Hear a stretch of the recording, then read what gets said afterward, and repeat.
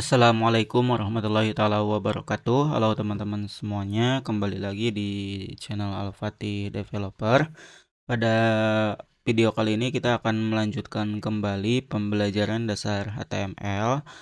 Nah, pada episode ke-7 kali ini kita akan belajar bagaimana caranya menghubungkan file HTML, CSS dan juga JavaScript ya. Jadi setelah teman-teman mempelajari HTML, setelah itu mempelajari dasar CSS maupun JavaScript. Setelah itu kalian harus bisa menghubungkan ketiga file tersebut ya. Nah, jadi terdapat tiga cara untuk menerapkan styling pada elemen HTML ya. Jadi untuk penulisan CSS di sini ada tiga cara yang akan kita praktekkan. Itu yang pertama melalui external style sheet, yang kedua itu melalui embed style sheet, dan yang ketiga itu inline style. Nah, kalau misalkan external style sheet itu merupakan berkas terpisah ya, yang di dalamnya itu hanya terdapat sebuah rules. Jadi berkas ini harus berekstensi .css, dan berkas ini nantinya akan dihubungkan dengan dokumen HTML.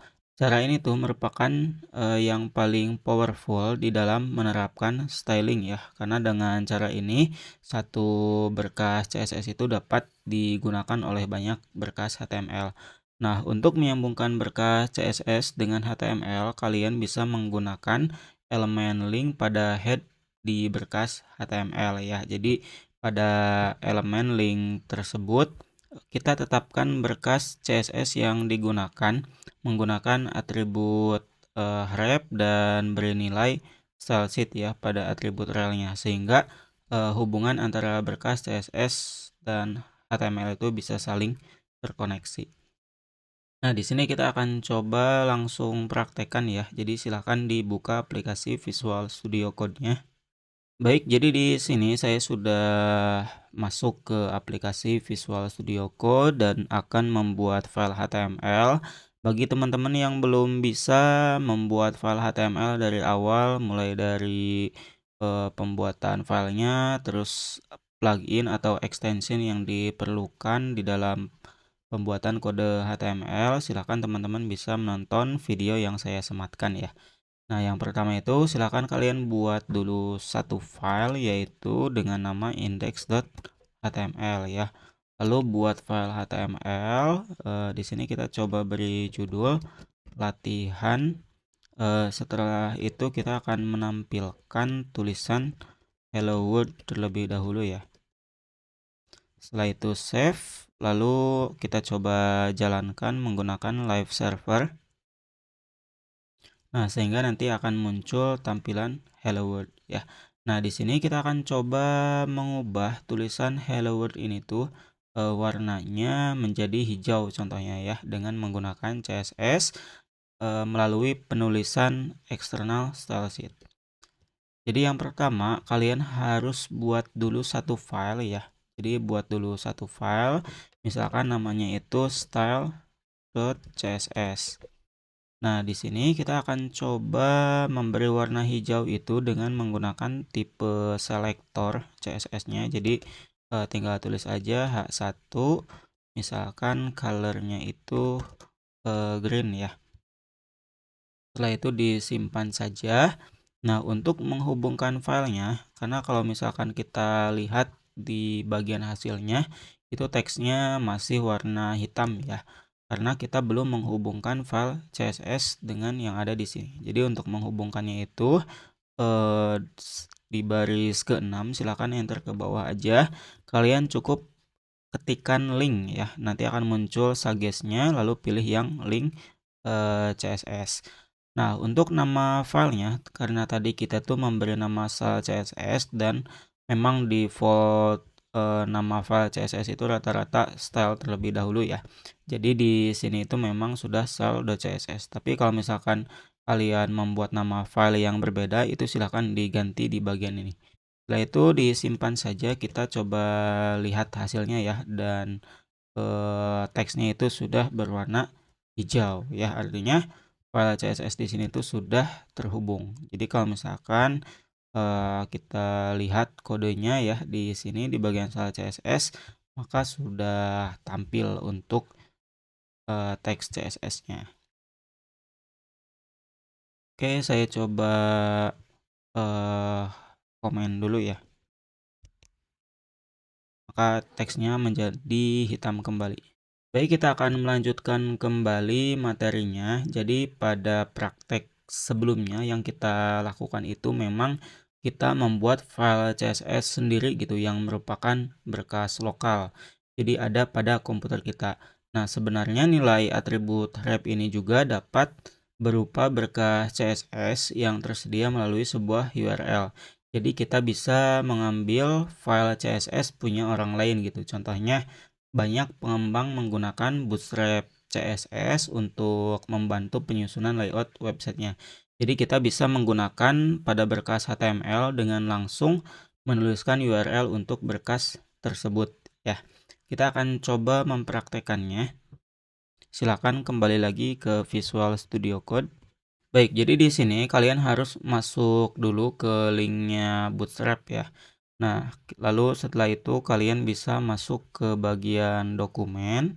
Nah, di sini kita akan coba cari linknya ya, link CSS-nya. Nah, sebenarnya di sini tuh kalian bisa menggunakan starter template-nya.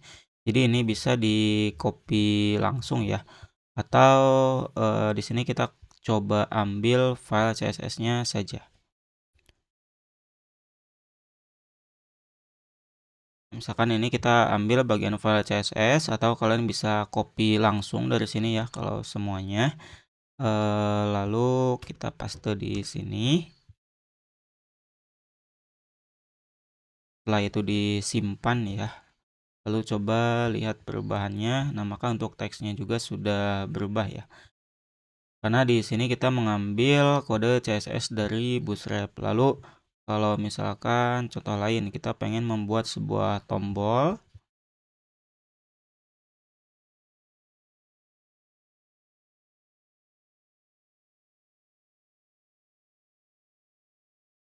Nah, misalkan saya pengen menampilkan tombol yang ini ya. Jadi cukup di copy saja. Lalu misalkan tempelkan di sini. Nah, maka kalau dilihat itu akan muncul tombol yang sudah diberi styling oleh CSS ya. Jadi kalau misalkan kita lihat lagi kodenya lalu klik bagian file CSS-nya, ini merupakan kumpulan-kumpulan kode CSS dan kalau di scroll itu banyak ya. Nah, jadi di sini kita itu tinggal panggil kelasnya aja gitu kalau menggunakan eksternal dari CSS yang lain. Jika dihilangkan kodenya, nah maka untuk stylingnya itu akan kembali seperti biasa ya. Selanjutnya kita akan menggunakan cara embed style sheet ya. Jadi kalau misalkan embed style sheet di sini merupakan kumpulan rules yang dituliskan di dalam berkas HTML dengan menggunakan elemen style ya. Nah, dengan begitu rules yang dituliskan hanya dapat dicakup oleh satu berkas HTML.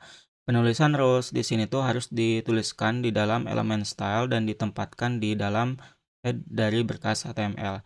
Jadi kalau misalnya menggunakan cara embed ini tuh hanya bisa diterapkan pada satu file HTML ya. Jadi kalian tidak bisa menggunakan file CSS ini ke file HTML yang lain. Sehingga untuk penulisannya itu harus menggunakan elemen style. Nah, biasanya cara ini tuh digunakan jika kode CSS-nya itu ada perlu tambahan atau dikhususkan untuk file tertentu ya. Untuk menggunakan embed style, di sini kita akan coba hapus dulu ya. Jadi caranya itu sama, kalian meletakkannya itu di antara tag head ya. Setelah itu beri tag style, lalu misalkan di sini saya buat teks hello world-nya itu pengen jadi warna biru ya contohnya. Setelah itu disimpan saja. Lalu kita coba lihat hasilnya ya. Dan untuk teksnya itu sudah berubah ya warnanya. Nah, ini kalau misalkan kalian menggunakan cara embed style. Dan yang terakhir ada inline style. Nah, inline style di sini itu merupakan styling yang diterapkan pada elemen HTML dengan menggunakan atribut style. Contohnya seperti berikut ya. Nah, jadi untuk menambahkan styling properties lainnya, kita juga bisa menuliskan dengan menggunakan semikolon sebagai pemisah antara styling dan juga propertiesnya ya. Jadi inline style di sini tuh hanya diterapkan pada elemen di mana atribut style itu diterapkan. Nah, teknik ini tuh seharusnya dihindari, jadi tidak direkomendasikan terkecuali memang benar-benar diperlukan untuk menggantikan sebuah styling yang ditetapkan pada embed style sheet atau external style sheet ya. Untuk menggunakan inline style juga caranya cukup mudah ya. Kalian tinggal masuk aja ke bagian elemen HTML yang ingin kalian ubah, misalkan di H1 di sini, tinggal tambahkan atribut style. Lalu misalkan saya pengen ubah warnanya itu menjadi misalkan di sini kita pilih ya. Misalkan saya pilih yang cyan. Lalu save. Setelah itu kita coba lihat hasilnya, maka warnanya juga keubah ya. Ini kalau misalkan menggunakan inline style. Atau kalau misalkan mau ada dua deklarasi ya. Misalkan di sini untuk fontnya saya ubah menjadi large. Atau kita coba pakai angka misalkan 70 px. Nah, kalau H1 itu tidak usah pakai font size ya, karena sudah menyesuaikan. Nah, oke, jadi itu adalah cara penulisan kode CSS. Ada 3 ya. Yang pertama itu kalian bisa menggunakan eksternal, jadi membuat file CSS tersendiri, dan cara ini tuh emang cara yang paling direkomendasikan karena kita itu benar-benar memisahkan antara file CSS dan juga file HTML. Nah, yang kedua itu tadi ada cara embed ya. Kalau embed itu kalian menuliskan kode CSS-nya di antara tag style, dan ini tuh biasanya digunakan jika kode CSS-nya itu khusus di file HTML-nya, tapi kode CSS-nya itu hanya sedikit.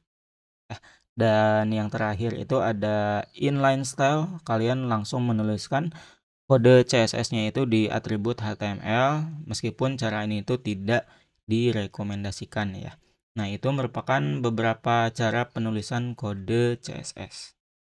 Selanjutnya itu di bagian penulisan JavaScript. Jadi untuk caranya itu sama ya, ada 3 dengan kode CSS, ada atribut HTML, ada external script, dan juga ada embed script ya.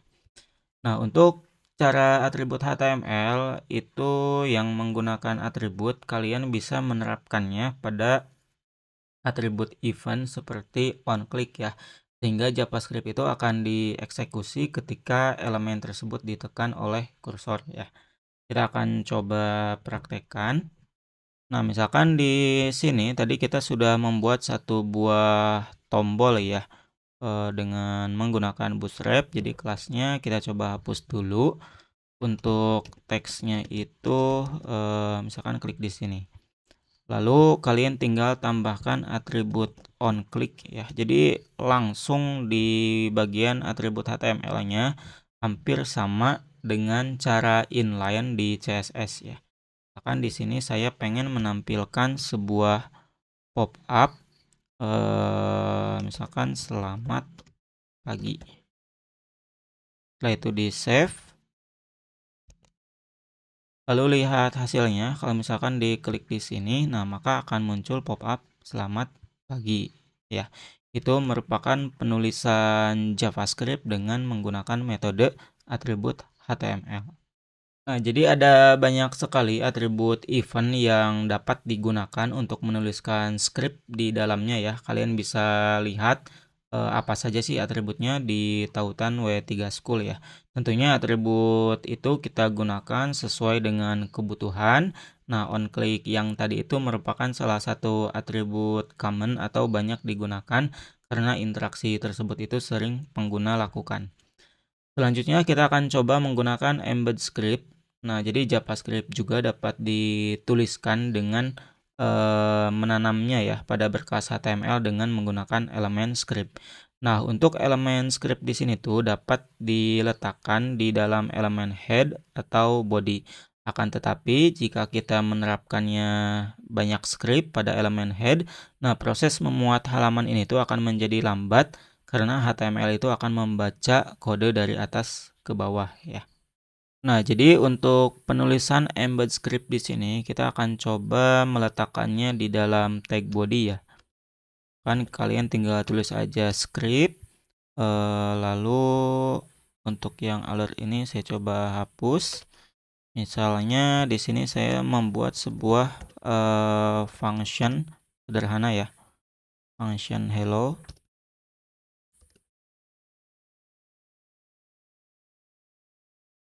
Dimana untuk isinya itu hanya alert aja ya, untuk menampilkan hello lagi.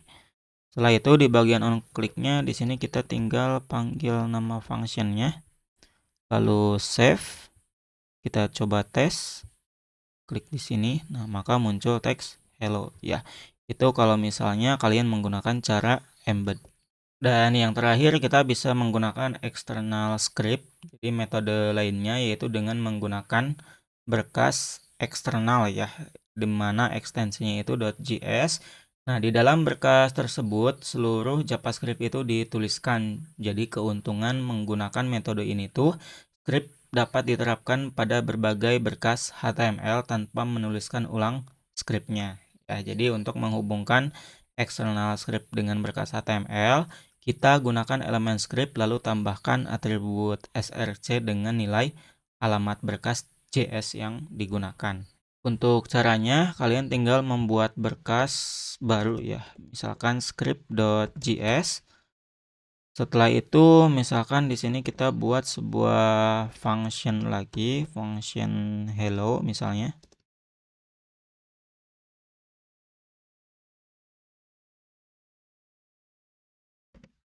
Hello, misalkan from file script.js. Lalu save.